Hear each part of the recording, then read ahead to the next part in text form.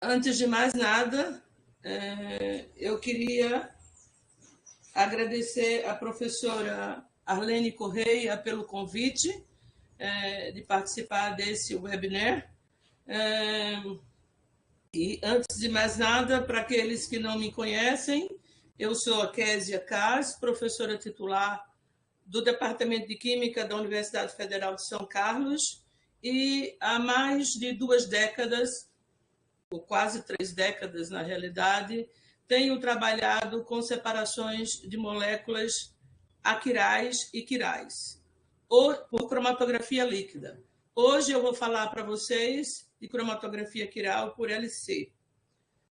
Assim, eu vou começar a minha fala, claro, me referindo à isomeria, e nós vamos falar sobre estereoisômeros, especificamente dos enantiômeros, embora os diastereoisômeros irão aparecer como uma maneira de se resolver separação de enantiômeros quando, dependendo da matriz, a gente não consegue trabalhar simplesmente com fases estacionárias quirais no modo direto de separação. Eu nunca consigo falar sobre separação de enantiômeros sem me referir ao trabalho fenomenal do Pasteur, que em 1846 descreveu a separação dos cristais de sódio de amônio tartarato. Eu adoro essa referência aqui, porque é uma visão bastante bonita do trabalho do Pasteur, e os autores tiveram cuidado de usar muito das palavras do próprio Pasteur nas aulas que ele deu na Academia Francesa ao relatar o seu trabalho. Eu recomendo. E o que eu acho de mais bonito no trabalho do Pasteur, e por isso que eu começo a minha fala falando desse trabalho, não só a separação fenomenal dos cristais, mas o fato dele ter percebido a relação entre a forma do cristal e a atividade óptica. Eu recomendo o trabalho para vocês verem a beleza disso, especialmente quando a gente considera que esse trabalho foi feito mais de 2 décadas antes de, independentemente, Lebel e Van 't Hoff terem proposto o carbono assimétrico. Então, isso mostra a beleza do trabalho do Pasteur em termos de separação enantiomérica. E, claro, quando a gente pensa em separação enantiomérica, a gente está se referindo a moléculas quirais, e a gente deve lembrar que a quiralidade é sinônimo de assimetria e, consequentemente, essa assimetria molecular pode ser causada por um centro, que é o caso do carbono, e outros elementos. Eu, particularmente, sou fã do enxofre e das moléculas quirais, que a assimetria central é causada pelo enxofre. A gente tem também um problema muito grande com as moléculas quirais, que são causadas por um eixo, ou mesmo as quirais, que é causada por um plano de assimetria. E isso tudo impacta na labilidade configuracional e justifica a preocupação que devemos ter em controle de qualidade para se medir razão enantiomérica. E, por isso mesmo, os cuidados em separação. Os estereoisômeros que o Pasteur separou, é interessante também de a gente perceber, que foi o RR ácido tartárico do SS ácido tartárico, mas a gente precisa prestar atenção que ele fez um trabalho completo. Ele não só fez a separação manual dos cristais, que tanto se fala nas aulas iniciais de estereoquímica, mas também ele fez a resolução do racemato por reação com reagente. Ele usou quinina, então ele fez uma derivação. E também fez a resolução enzimática para separar os enantiômeros do ácido tartárico. Então, é um trabalho realmente completo que ele fez nesse contexto. E por que essa grande preocupação com separação enantiomérica ou mesmo em obtenção de moléculas enantiomericamente puras? É claro que isso tem a ver com as consequências nos sistemas biológicos. Então, se a gente fosse simplesmente mencionar alguns dos motivos para a gente se preocupar com separação e não somente com síntese assimétrica para obtenção de enantiômeros puros, a gente vai perceber que a separação enantioseletiva ela dá condições de se medir razão enantiomérica e, consequentemente, isso pode ser usado para o controle de qualidade de matéria-prima ou de produto de síntese. A gente vai usar a razão enantiomérica para se determinar concentrações nos estudos farmacológicos e toxicológicos, e, ultimamente, no que concerne toxicologia, isso tem sido bastante explorado na química forense, e muito comum também a preocupação em poluentes ambientais.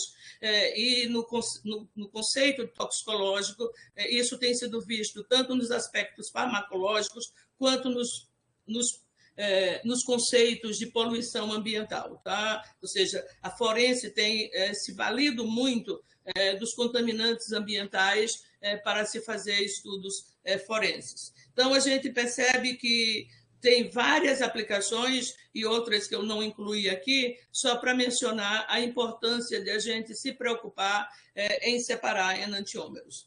E claro que talvez isso, embora a importância de separar enantiômeros seja muito mais antiga que isso, e eu costumo lembrar sempre que quando a gente dá aula de mecanismos de reações, e quando a gente fala da diferença dos mecanismos de substituição nucleofílica, por exemplo, SN1 e SN2, a gente sempre se refere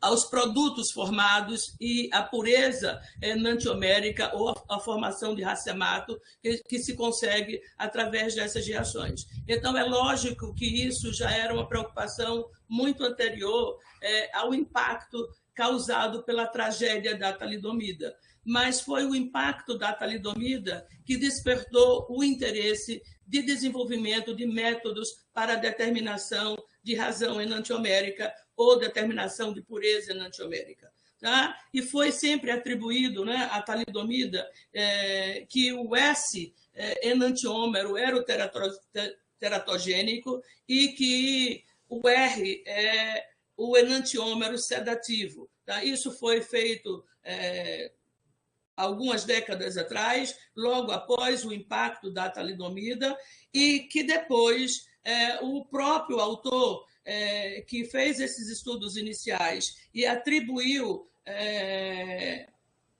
a teratogenicidade ao enantiômero S, ele chegou a chamar a atenção num trabalho publicado em 1994, que quando se administra o S enantiômero da talidomida ao coelho, tá? E se estuda o plasma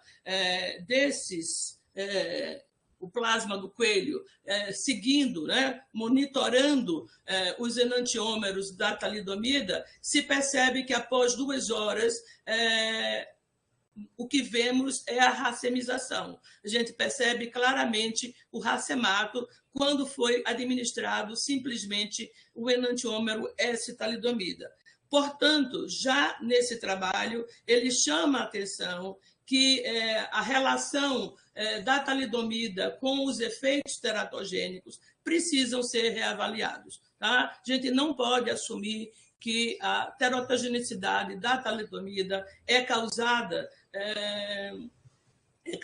pelo enantiômero S, porque ocorre racemização em presença de fluidos biológicos.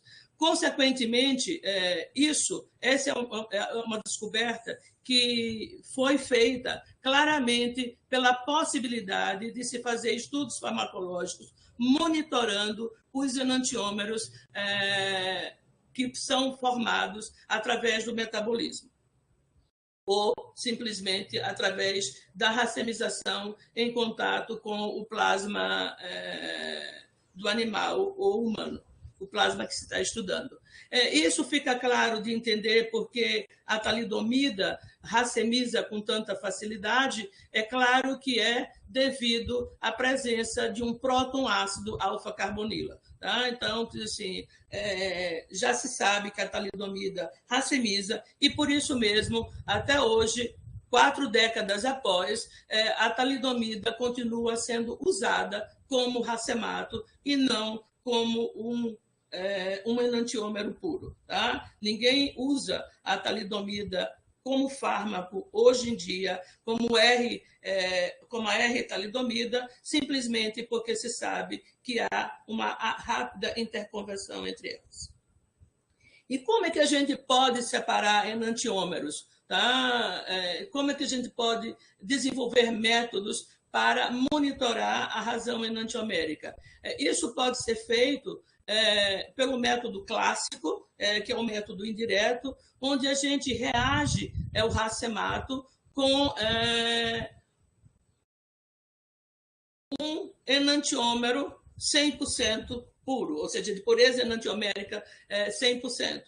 Isso leva à formação do par diastereoisomérico, que a gente pode separar em colunas aquirais. Tá? Então, essa é a maneira clássica. Mas percebam que a gente tem aqui alguns inconvenientes, tá? E o inconveniente maior, particularmente que eu acho, é que nem toda molécula ou nem toda mistura enantiomérica reage tão facilmente para dar o diastereoisômero que vamos separar numa coluna aquiral.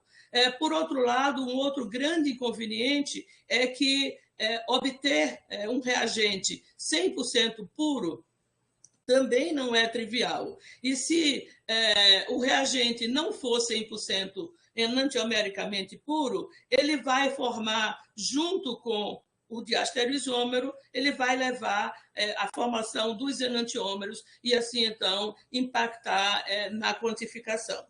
Por outro lado, tá, é importante a gente dizer que o método indireto não só foi importante, como ele é importante hoje ainda e é extremamente utilizado. Por exemplo, se vocês lerem essa revisão que acabamos de publicar junto com a professora Regina e a professora Ana Valéria da Unicamp, sobre aplicações de separação enantiomérica em metabolômica clínica, vocês vão perceber que, devido à complexidade da matriz e os tipos de enantiômeros que se quer monitorar, fica bastante complicado, são métodos muito complexos quando se trabalha com separação direta. Então, vocês vão perceber nessa revisão uma grande variedade de aplicação de separação de enantiômeros usando o método indireto da derivação.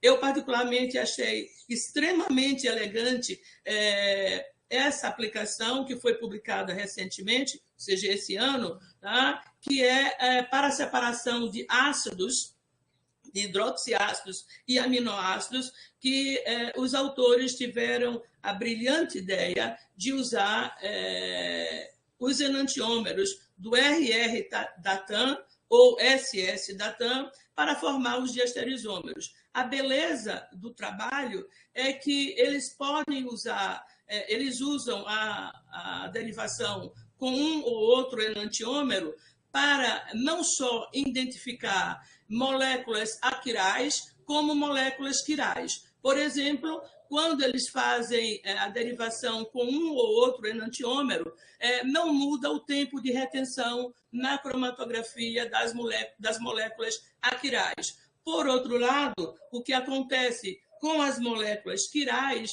é que você pode inverter a ordem, na realidade, e você inverte a ordem da eluição porque você mudou os enantiômeros reagente para formar os diastereoisômeros. Então, assim, não só eles conseguem identificar as moléculas quirais das aquirais, como consegue também relacionar a ordem de eluição. Tá? É um trabalho muito bonito e recém-publicado e usa a separação indireta para resolver problemas bastante complexos. Mas como a gente faz separação de enantiômeros através de fases estacionárias quirais? Como é que a gente pode separar enantiômeros usando colunas quirais? O que é que elas têm de diferente de uma coluna quiral? É claro que uma coluna quiral precisa ter um seletor quiral, porque, na realidade, ela vai formar um diastereosômero transitório. Tá? Então, a ideia aqui é não derivar antes de fazer a separação e, no caso, usar uma coluna quiral. Aqui a gente vai usar uma coluna que tem um seletor quiral ancorado, tá certo? Como fase estacionária, ancorado à sílica ou a qualquer outro suporte que essa coluna seja produzida, tá? Para dar origem a um ambiente quiral que pode formar um diastereosômero transitório. Tá? E, embora não explique completamente como esse diastereosômero é formado, tá? Porque, óbvio, que a interação de 3 pontos não consegue explicar mecanisticamente todos os seletores quirais disponíveis para se trabalhar, a regra de 3 pontos do Douglas, que foi desenvolvida lá na década de 50, mostra como a gente pode entender a relação entre o seletor quiral e a molécula ou racemato, a mistura enantiomérica que está sendo feita a separação. Então, a gente precisa ter pelo menos 3 interações, e essas interações podem ser positivas ou negativas, e elas devem depender da estereoquímica da molécula para poder, do estereoisômero, para a gente poder formar esse par diastereosomérico que vai, então, ser separado pelas diferenças das interações. Embora as fases quirais tenham se tornado disponíveis só na década de 80, o número de seletores quirais disponíveis é bastante grande. Então, vale a pena a gente tentar entender os tipos de seletores quirais e, consequentemente, os mecanismos que esses seletores quirais proporcionam para, assim, poder fornecer condições de separação. Mas como a gente vai fazer essa escolha? Tá? A gente vai perceber, e eu espero conseguir falar aqui até terminar, que a gente tem vários seletores quirais, todos eles têm interações diferentes, tá? Mas a gente vai procurar sempre os seletores quirais com maior amplitude de capacidade de separação enantiomérica. Na década de 80, quando as primeiras colunas quirais surgiram, a gente acreditava claramente que a importância da separação enantiomérica se dava exclusivamente através do seletor quiral. Bastava eu escolher o seletor quiral para conseguir separar a mistura enantiomérica. E nesse contexto, quando a gente não conseguia uma separação, a gente imediatamente mudava o seletor quiral, tá certo? Então, a importância era dada ao seletor quiral e a fase móvel que era utilizada era exclusivamente para solubilizar a mistura enantiomérica, e a gente prestava também atenção à força do solvente para poder diminuir o tempo de retenção. Hoje, a gente sabe que o modo de eluição, tá, normal, polar orgânico e reverso, e polar iônico, são muito importantes nesse contexto, devido à solvatação não só da mistura enantiomérica, mas como a própria solvatação do seletor quiral. Então, é muito comum a gente observar que não só a gente precisa se preocupar com o seletor quiral, mas também com o modo de eluição e nesse contexto, com o modificador orgânico que vamos utilizar na composição da fase móvel. Se a gente olhar aqui, por exemplo, esse trabalho que nós publicamos lá em 2000, vocês vão perceber que estamos dando ênfase à separação do omeprazol, lansoprazol e pantoprazol, e aqui a gente está usando uma mesma fase móvel e vocês percebem que utilizamos diferentes modificadores, tá certo? No modo normal, no modo polar e no modo reverso, e embora o omeprazol, o lansoprazol e o pantoprazol tenham como centros quirais um sulfóxido e sejam moléculas estruturalmente muito parecidas, vocês percebem que essa fase estacionária, quando a gente está se referindo a metanol como a fase móvel, ela consegue separar com boa resolução somente o omeprazol. Tá? Ela não consegue separar com boa resolução o lansoprazol nem o pantoprazol. O que também, eu chamo a atenção disso, porque o fato de uma fase estacionária, numa dada condição de eluição, separar um enantiômero de uma série, não vai permitir, não significa que ele vai separar uma outra molécula estruturalmente similar, tá? O que dá uma dificuldade muito maior para quem pensa em desenvolver separações enantioméricas. Tá?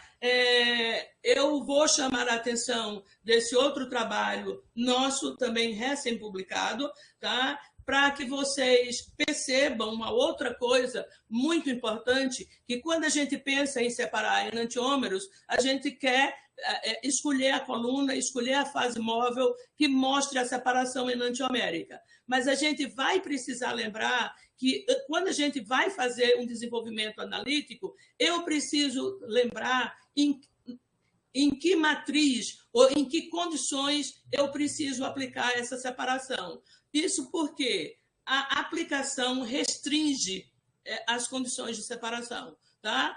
Eu vou ter restrições dadas pela matriz e dada pela aplicação, dada pelo detector, do que eu posso escolher para fazer a separação. Tá? Não é simplesmente eu escolher uma coluna, escolher um modo de eluição e eu tenho a separação feita.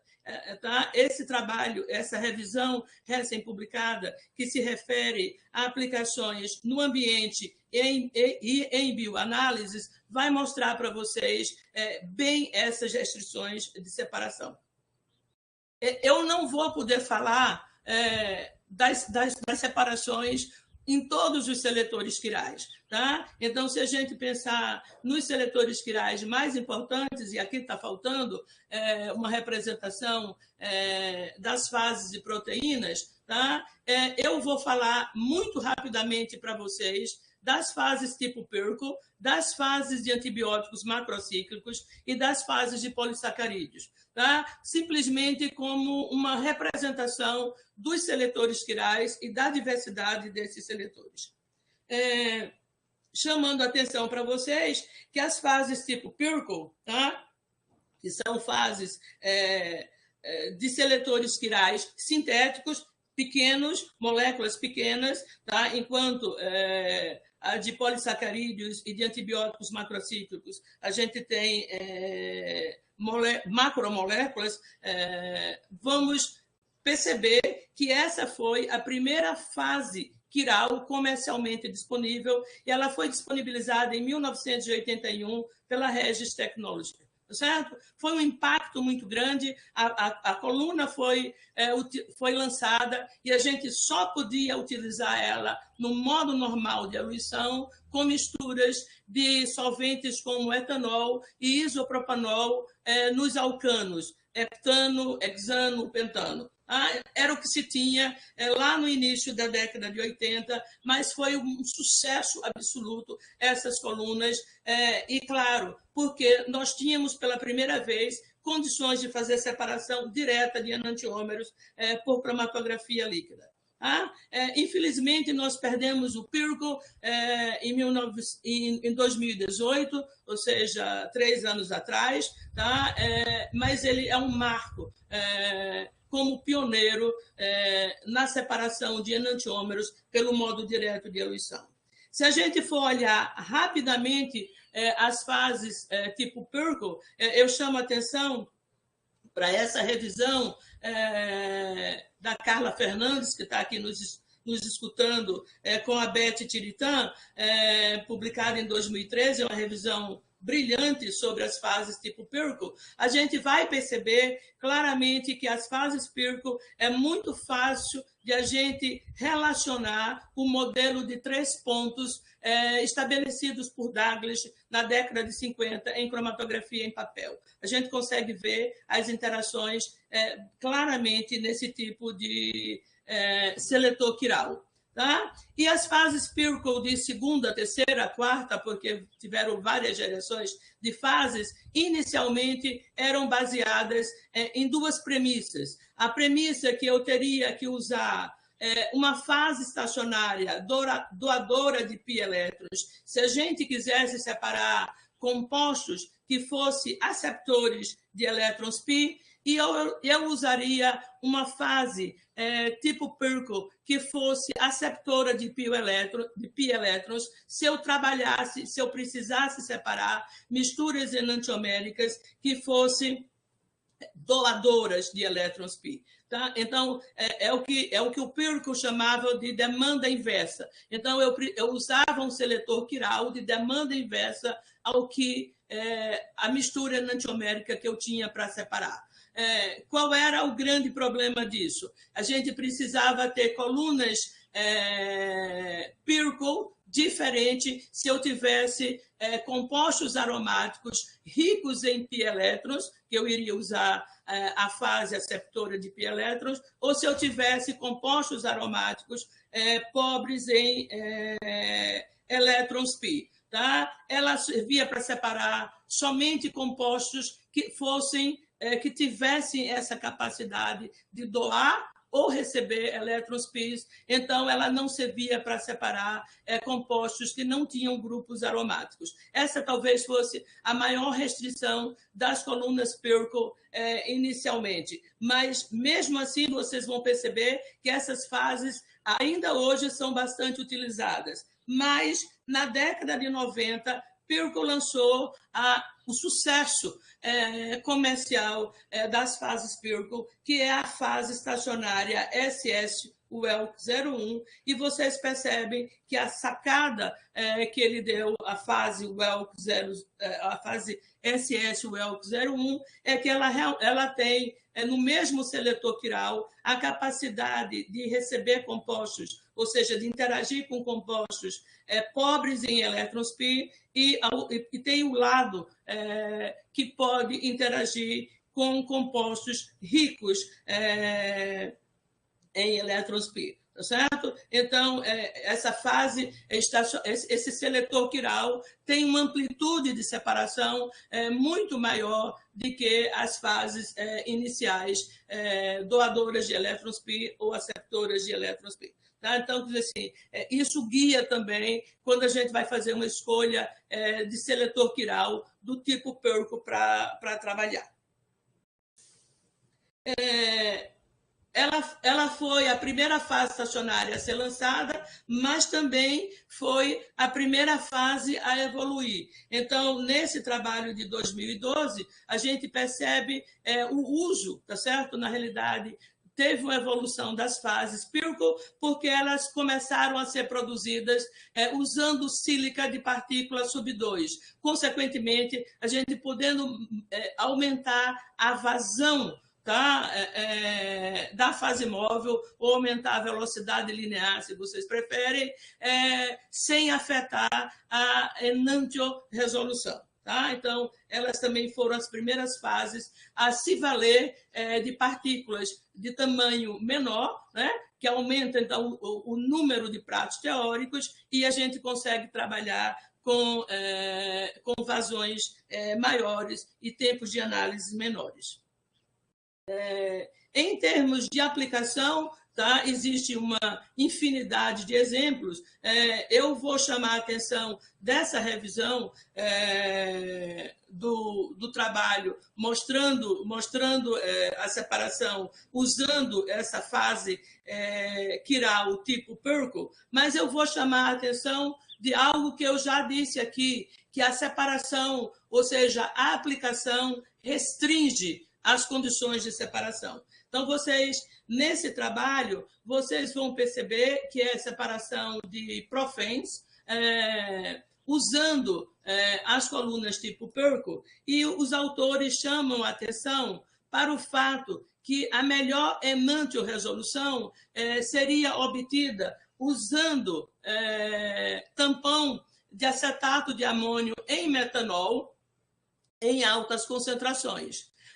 O problema é que para a aplicação dessas separações, tá, a detecção precisava ser feita por espectrometria de massas, ou seja, o detector é um espectrômetro de massas, e o tampão em alta concentração fazia supressão da ionização. Qual o resultado disso? O resultado disso é que a fase móvel que foi utilizada foi 90% de tetrahidrofurano e 10% de acetato de amônio a 50 milimolar. Tá? Por que eu chamo a atenção disso com duas vazões diferentes, tá? Para poder ter tempos de retenções adequados para a corrida analítica, para a separação dos três pares dos enantiômeros dos três compostos. Então, assim, vocês percebem, a gente tem uma restrição da melhor condição de enantioresolução para a condição que pode ser usada durante a aplicação. Eu chamo a atenção aqui que eles usaram 90% de tetrahidrofurano, e devo chamar a atenção de vocês que hoje, atualmente, a maioria dos equipamentos de LC não suportam o uso de tetrafurano em altas concentrações. Então, percebam isso também quando forem escolher as condições de separação.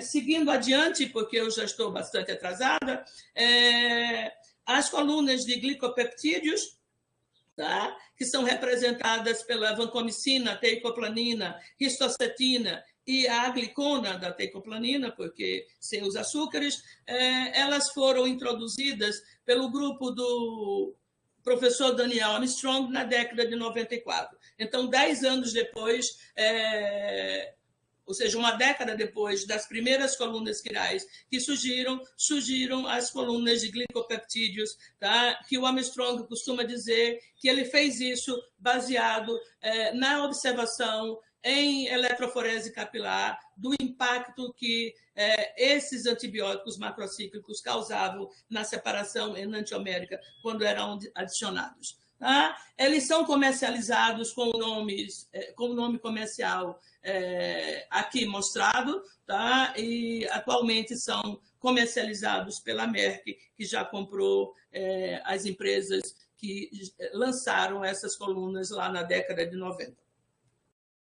Se a gente for olhar que interações ou o que é que eu devo, que tipos de moléculas eu devo separar nas colunas de antibióticos macrocíclicos, eu vou dizer para vocês que ela tem uma amplitude de separação bastante ampla, tá? Porque a gente pode explorar interações de diversos tipos e fica difícil a gente perceber a regra de 3 pontos do Douglas. Tá? Mas a gente vai perceber interação pi-pi, ligação de hidrogênio, inclusão, interação de polo, interações estéricas e ligação aniônica e catiônica, especialmente quando a gente trabalha no modo polar iônico de eluição para essas fases. A maravilha é que quando eu mudo o modo de eluição, eu mudo essas interações e, consequentemente, eu favoreço diferentes interações e diferentes condições de separação. Tá? Então, se a gente pensar, o modo reverso favorece inclusão e ligação de hidrogênio. Tá? Sob essas condições, mudanças no pH podem reduzir as ligações aniônicas ou catiônicas, e a gente vai ter complexação do tipo pi-pi, interações de polo e dipolo, que são favorecidas no modo normal. E o modo polar orgânico aumenta o potencial de todas as interações, especialmente se a gente trabalhar com adição de ácidos e bases. Se vocês olharem aqui, vocês vão perceber que a estrutura molecular das fases ou desses seletores quirais, quando a gente muda o modo de eluição ou quando a gente muda o pH, a gente altera a cavidade e, consequentemente, altera a enantioseletividade. Tá? Como exemplos de aplicação, ou melhor, chamando a atenção para a evolução dessas fases, elas também já, agora, nessa década que está terminando, a gente também já tem essas fases usando como suporte as partículas sub-2, o que faz com que a gente tenha separações em vazões maiores, maior velocidade linear, sem perda de enantioseletividade, podendo, consequentemente, diminuir o tempo de análise. Tá? Então, se a gente compara aqui nessa ilustração, o que observa-se para as 3 colunas, a de teicoplanina, a de vancomicina e a teicoplanina aglicon, a gente percebe em termos de número de pratos, o que é de se esperar um maior aumento, porque a gente diminuiu o tamanho da partícula, mas vocês percebem que aqui, no caso da vancomicina, a gente tem, inclusive, um aumento de enantioseletividade, tá? Que isso ainda precisa ser melhor entendido, talvez, pela o número de seletores, ou seja, quanto de seletor quiral foi imobilizado na produção dessas fases. Aqui a gente tem uma aplicação mais direta que a gente pode perceber do valor dessas fases usando partículas sub-2, que é o fato de a gente ter separações enantioseletivas excelentes, tá? Em tempos de análise muito curto, ou seja, menor que 2 minutos, com separações com alta enantioseletividade. Tá? Mostrando, então, não só a variedade de compostos que essas fases podem separar, mas também o tempo de análise que a gente pode utilizar. E, bem recentemente, ou seja, a publicação desse ano também, a gente vai ter o trabalho do grupo da Universidade Federal do Rio de Janeiro, junto com o grupo do professor Armstrong, mostrando aplicações de separação enantioseletiva utilizando o seletor quiral imobilizado em partícula de núcleo rígido. Então, a gente vai ter essa publicação recente também para prestar atenção, porque essas fases vão fazer bastante sucesso usando as partículas de núcleo rígido. E, para terminar, e falando nesses últimos minutos do webinário, eu queria falar das fases quirais de polissacarídeos. E vocês podem perguntar se elas foram lançadas na década de 80, por que você deixou por último? Talvez porque eu tenha uma queda maior pelas fases de polissacarídeos, mas também porque elas têm uma amplitude e uma capacidade de enantioresolução que, junto com as fases de antibióticos macrocíclicos, elas conseguem cobrir quase a grande variedade de compostos que se tem para separar, ou seja, de misturas, perdão, de racematos que se tem para separar ou de misturas enantioméricas. Tá? A gente poderia pensar em todos os polissacarídeos possíveis, mesmo porque lá na década de 80, quando as colunas quirais de polissacarídeos foram lançadas, todos os polissacarídeos foram patenteados pela Diacel no trabalho do professor Okamoto, mas a gente vai perceber que comercialmente disponível o que a gente encontra como polissacarídeo que é derivado como seletor quiral é a celulose e a amilose. Tá? Então, a gente não vai encontrar os outros polissacarídeos como fases comerciais. Tá? Vocês vão encontrar publicações interessantes com quitosina e quitosana, perdão, com quitina e quitosana, mas vocês não vão encontrar essas fases comerciais por causa da amplitude e capacidade de enantioresolução oferecida pela celulose e amilose, que oferecem capacidade de discriminação quiral complementar, tá? E às vezes inversa. Tá? Então, porque algo não separa na celulose, não quer dizer que vai separar na amilose. O mesmo eu deveria ter dito para os antibióticos macrocíclicos, elas são complementares, então a gente precisa quase sempre fazer um screening, né? Ou fazer uma triagem usando todas elas. Se a gente for olhar as interações possíveis nas fases de polissacarídeos, a gente vai perceber que tem complexo de inclusão, ligação de hidrogênio, interação pi-pi e ligações de hidrogênio também causado pelos grupos que são usados para derivar o polissacarídeo. Se a gente olhar os nomes, tá? Ou se a gente olhar as primeiras colunas comerciais, tá? E elas foram patenteadas pela Diacel, como eu já falei para vocês. Esses são os nomes comerciais dados pela Diacel para esses derivados de amilose e de celulose. Como regra geral, eles chamaram as colunas derivadas de amilose de Chiral-Packe e as derivados de celulose de Chiral-Cell.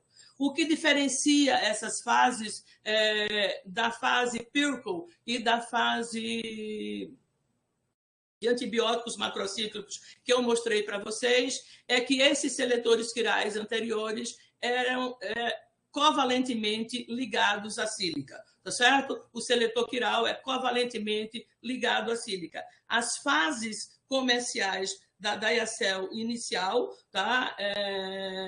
E atualmente de outras companhias, essas fases elas não são covalentemente ligadas à sílica, elas são adsorvidas à sílica, o que causa restrição de solvente que pode ser utilizado. Tá? Então, muito cuidado para não usar um solvente que solubilize o seletor quiral e, consequentemente, tire o seletor quiral do suporte, que é a sílica utilizada para dar resistência mecânica ao polissacarídeo. Tá? Então, chamando a atenção disso, e claro, eu vou falar para vocês que essas fases evoluíram e agora a gente encontra ela no formato imobilizado. Então, só prestar atenção nas colunas de polissacarídeos que serão selecionadas para ser compradas, para ser utilizadas, se elas são do tipo adsorvidos ou do tipo imobilizados. Tá? Como exemplos de aplicação, a gente tem aqui aquilo que eu já chamei a atenção de vocês. Eu preciso me preocupar não só com o seletor, mas preciso me preocupar com o modo de eluição e modificador orgânico. Aqui a gente tem uma resolução obtida para Chiral-Packe OJ, que é um benzoato, tá? E a gente percebe uma menor capacidade de discriminação quiral para a Chiral-Packe AD. Certo? Que é a 3,5-dimetil carbamato de amilose. Então, mostrando que a gente precisa procurar quais as condições que vamos trabalhar. E eu chamo a atenção para a relação estrutural, tá certo? Desse par aqui utilizado, né? Tá certo? Tá? Para a separação, que vocês vão perceber, são pares de asterisoméricos, e vocês percebe que, mesmo assim, a gente tem diferença de enantioseletividade para separar essas moléculas, tá? Separar esse par desse par aqui, tá? Porque nessa coluna, que também é de polissacarídeo, que também é de amilose, não consegue resolver. Tá? Isso aqui é um carbamato, isso aqui é um benzoato. O efeito do grupo substituinte no carbamato também pode ser notado, e esse é um trabalho recente, tá? E nesse caso a coluna utilizada são colunas de amilose, a 3,5 de metilfenilcarbamato, a gente tem a 3,3,5 de clorofenilcarbamato e a tris,3,cloro-metilfenilcarbamato, tá? Nas mesmas condições de eluição e os 3 carbamatos diferentes, vocês percebem claramente o efeito do seletor quiral na enantioresolução. Como eu disse para vocês, quando as fases de polissacarídeos foram lançadas, lá na década de 80, elas foram lançadas pela Diacel e elas foram patenteadas. Tá? Ao chegar o final da patente, em 2004, a Diacel lançou as colunas imobilizadas de polissacarídeo. Qual a grande vantagem dessas colunas imobilizadas? Eu devo dizer para vocês que, de maneira geral, elas têm menor capacidade de enantioresolução. Por outro lado, elas podem ser utilizadas com uma diversidade de solventes de fase móveis que dá maior robustez ao uso dessas colunas, especialmente se você não tem muita experiência em separação por cromatografia líquida. Então, você consegue fazer misturas mais diferentes e você consegue achar condições de separação que, nas condições usuais das colunas adsorvidas, não era possível separar. Tá? Eu devo chamar a atenção de vocês que a patente expirou em 2004 e agora, comercialmente, vocês têm colunas adsorvidas e imobilizadas de polissacarídeos de diferentes fabricantes. Eu chamo a atenção que as colunas imobilizadas da Diacel não foram patenteadas, mas elas foram registradas como propriedades tecnológicas, então, assim, ela não tem a obrigação de dizer como elas são produzidas. Tá? Aqui está as colunas de segunda geração, ou seja, o seletor quiral e a denominação dada pela Diacel. Tá? Para outros fabricantes, vocês vão ter outras denominações, tá? Mas o que importa é a gente sempre olhar a estrutura, ou seja, quem é o seletor quiral. Tá certo? Tá? Normalmente vai ser um carbamato ou um benzoato, tá? Mas as imobilizadas quase são sempre feitas de carbamatos, e o polissacarídeo, se é amilose ou celulose. Tá? Então, chamando a atenção disso, quais são os principais solventes usados nessas fases? A gente continua com os solventes usuais das fases normais e agora a gente pode fazer uso de solventes como diclorometano, tá certo? E éteres diferentes, e tem sido muito utilizado o uso de acetato de etila e de THF em alcano, tá certo? E, claro, os solventes polares, metanol e acetonitrila, que a gente já usava para os moldes normais de eluição.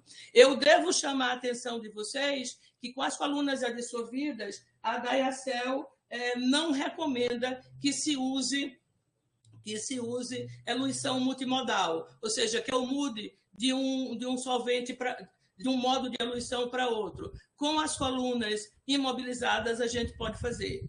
E, recentemente, eles lançaram a coluna IG, que eu digo que é a nova estrela das colunas, ou dos seletores, porque ela tem tido uma amplitude de separação muito grande. Tá? Se a gente olhar esse trabalho publicado em 2019, a gente vai perceber que eles fizeram uma triagem usando 6 colunas, tá? Para separar esses 6 pesticidas, e eles conseguiram a separação enantiomérica quando utilizaram a coluna IG, e nas outras colunas eles não separaram os enantiômeros dos 6 pesticidas. Tá? Então, eles conseguiram isso só utilizando a coluna IG. Tá? Aqui está as separações obtidas, que foi monitorada por espectrometria de massas. Eu devo também chamar a atenção, nesses últimos minutos, que é importante vocês prestarem atenção no efeito da temperatura. Aqui a gente tem uma variação de temperatura que vai de 45 a 5, e aí a gente vai ter a influência entrópica ou entálpica na separação. de maneira geral, especialmente se o composto tem labilidade configuracional muito alta, é importante a gente trabalhar em condições de baixas temperaturas para conseguir maior enantioseletividade. Isso é, no geral, para todos os tipos de fase estacionária, tá certo? Tá? Porque isso depende da capacidade também do enantiômero. Mas aqui, nesse trabalho de 2019, eles estão chamando a atenção desse efeito, especialmente para a coluna IA3, tá? E a nova coluna IG3. E a fase 3S1-fenilmetilcarbamato de amilose. Eu quero chamar a atenção desse trabalho que nós publicamos em 2003 para a separação de 20 sulfóxidos quirais, tá? Mostrando aqui a diferença de seletores quirais de polissacarídeos e mostrando que o seletor 3S1-fenilmetilcarbamato foi o que mostrou maior capacidade de discriminação quiral para esses 20 sulfóxidos quirais. Tá? Isso aqui foi feito usando o modo normal de eluição, tá? E só essa fase é que teve capacidade de resolver com boa enantioresolução 19 dos 20 sulfóxidos utilizados. Tá? Por que eu estou chamando a atenção disso? Porque essa foi a última fase lançada recentemente pela Diacel como fase imobilizada e agora ela ganhou o nome de Caralpac IH. Tá? E a gente percebe o fato de se trabalhar com os seletores imobilizados, o que pode ser feito. A gente vê aqui um ganho de enantioresolução utilizando uma fase móvel que a gente não pode usar na fase que tem o seletor quiral adsorvido. A eluição multimodal, como eu disse para vocês, ela precisa ser explorada, tá? Para a gente conseguir enantioresolução de uma mistura enantiomérica que a gente não conhece, que a gente quer dar início à separação, tá? Mas a gente precisa também olhar as recomendações do fabricante, tá? Se você pode passar uma mesma coluna do modo normal para o polar orgânico para o modo reverso, tá? Ou se você deve usar colunas diferentes para fazer isso. Tá? E claro que as fases, ou seja, as colunas que a gente pode trabalhar nos 3 modos de eluição facilita a nossa vida para desenvolver um método de separação. Eu vou terminar e vocês vão me dar um tempinho a mais, porque eu queria fazer esse resumo para vocês, chamando a atenção que as fases estacionárias quirais de polissacarídeos e de antibióticos macrocíclicos são as que oferecem maior amplitude de discriminação quiral. As do tipo pírrico e as derivadas de quinina e quinidina, também devem ser consideradas para a triagem inicial de uma separação de uma mistura enantiomérica. Eu devo chamar a atenção que as de proteínas são muito usadas para análise multirresíduos em análise ambiental e as de ciclodestrina são usadas para a separação de ferormônios, por exemplo. Para cada tipo de seletor quiral, veja qual o modo de eluição oferece maior enantioseletividade. Explore a eluição multimodal. Lembre-se da miscibilidade dos solventes. Mesmo que a coluna permita que você passe de um modo a outro, lembre-se da miscibilidade dos solventes em cada modo de eluição. Etanol é a escolha apropriada para a mudança de modo, uma vez que tem miscibilidade com os solventes apolares do modo normal e polares do modo orgânico ou reverso. Lembre-se que a aplicação, concentração, matriz e detector limitam o modo de eluição e o modificador. O modo reverso de eluição é o mais usado para análises em matrizes biológicas e ambientais. O modo normal de eluição é o mais usado para medir razão enantiomérica de produtos de síntese e em controle de qualidade. O modo polar orgânico e o normal são os preferidos para separações em escala multimiligrama, ou, se vocês preferem, em escala preparativa. Na eluição multimodal, além de observar a miscibilidade dos solventes para a mudança, dê tempo para equilibrar as fases estacionárias. No modo normal, etanol, 2-propanol e tebutanol são os modificadores usuais. adicionados a hexano ou heptano. Com as fases de polissacarídeos imobilizadas, modificadores como diclorometano, acetato de etila e THF têm sido usados. No modo polar orgânico, costuma-se usar solventes como metanol ou acetonitrila ou misturas destes. Para as fases de antibióticos, o modo polar iônico é o mais utilizado e normalmente a gente trabalha como metanol, como modificador orgânico, adicionando ácido acético e base numa relação 4:1 ou 1:4. O modo reverso faz uso de metanol e acetonitrila como os principais modificadores orgânicos em água.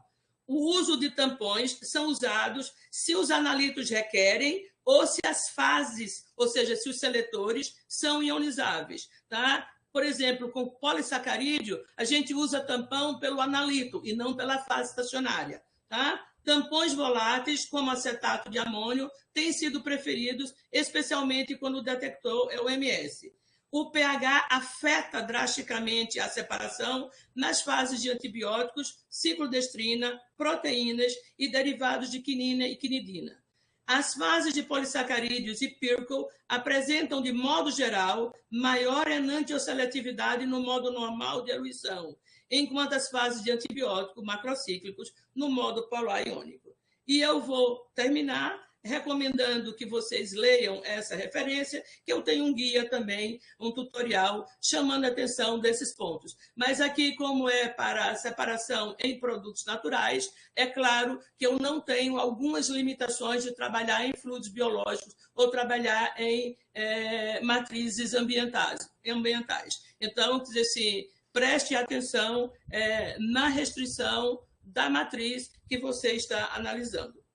Se a gente quiser evoluir, e eu vou terminar, só para chamar a atenção que quando a gente vai fazer uma triagem, a gente precisa avaliar diferentes seletores, tá certo? Nos diferentes modos de eluição, e se a gente vai fazer isso um a um, como foi feito aqui pela minha aluna de doutorado, a Cecília, algumas décadas atrás, isso é feito, mas, obviamente, dá um trabalho muito grande. Então, se a gente pode usar um sistema multicoluna, um equipamento multicoluna, um sistema Scout, onde eu posso variar o modificador, tá certo? O modo de eluição, e posso usar diferentes colunas, é claro que meu trabalho vai ser facilitado nessa escolha de condições iniciais de triagem. Tá? Porque depois tudo precisa ser ajustado. Aqui é um exemplo de um trabalho da AstraZeneca, onde eles estudaram 4 colunas de polissacarídeos, 3 colunas de antibióticos macrocíclicos, 5 fases móveis para as colunas de polissacarídeos e 2 fases móveis para colunas de polissacarídeos, usando um sistema multicolunas. Tá? Eu não vou falar para vocês, mas eu também recomendo a leitura dessa revisão, onde nós discutimos os termos. Tá? Vocês viram que eu estava sempre falando de razão enantiomérica e não de excesso enantiomérico, porque em cromatografia o que você mede no cromatograma é área. Consequentemente, você está medindo razão enantiomérica, que você pode depois transformar em concentração, tá? Ou fazer o cálculo de volta para determinar excesso enantiomérico. Mas excesso enantiomérico é algo que vem da época que a gente media pureza enantiomérica usando métodos ópticos de medida. Tá? Eu vou terminar agradecendo a quem sempre financiou os trabalhos de separação, mas muito mais a turma, né? Que fez várias separações e que com eles eu aprendi muito. Dos alunos mais novos aos alunos mais velhos, que me ensinaram e que me deram o olhar das dificuldades, das facilidades e da beleza do que é separar enantiômero. Eu agradeço também a vocês por terem vindo me ouvir hoje. Obrigada. Poderia sugerir artigos sobre dicroísmo circular? Ana Carolina, se você pegar essa última referência, tá, que eu discuti sobre produtos naturais, tem métodos ópticos, e daí fala-se de dicroísmo circular lá também. tá? Eu acho que sim, se eu me lembro bem, essa parte foi escrita pelo professor João Batista, João Marco Batista, mas eu acho que tem também. Alguma pergunta? Eu agradeço as manifestações, tá? Eu espero realmente que tenha mostrado a diversidade de aplicações e no que a gente pode utilizar separação enantiomérica e as revisões citadas darão a vocês, com certeza, um número muito grande de referências de trabalhos belíssimos em diversas áreas. Tá? Eu, particularmente, fiquei fascinada com essa última revisão que eu publiquei junto com a Regina, em metabolômica, porque a gente sempre diz, derivação, o método indireto de separação não é importante, e aí a gente vê que para algumas condições ele se impõe, tá certo? Tá? Seja por causa da diferença entre os próprios aminoácidos, tá? Que a gente vai precisar derivar de qualquer maneira para poder detectar, seja porque é impossível a gente conseguir um número elevado de separação de diferentes moléculas numa mesma corrida, que esse é o pesadelo e a Maria Elizabeth Tiritã pode falar melhor que eu, que se encontra quando se analisa multiresíduos em ambiente. Bem, eu agradeço então a vocês por terem assistido, agradeço as palavras e espero ter mostrado a diversidade de aplicações por separação enantiomérica de moléculas quirais.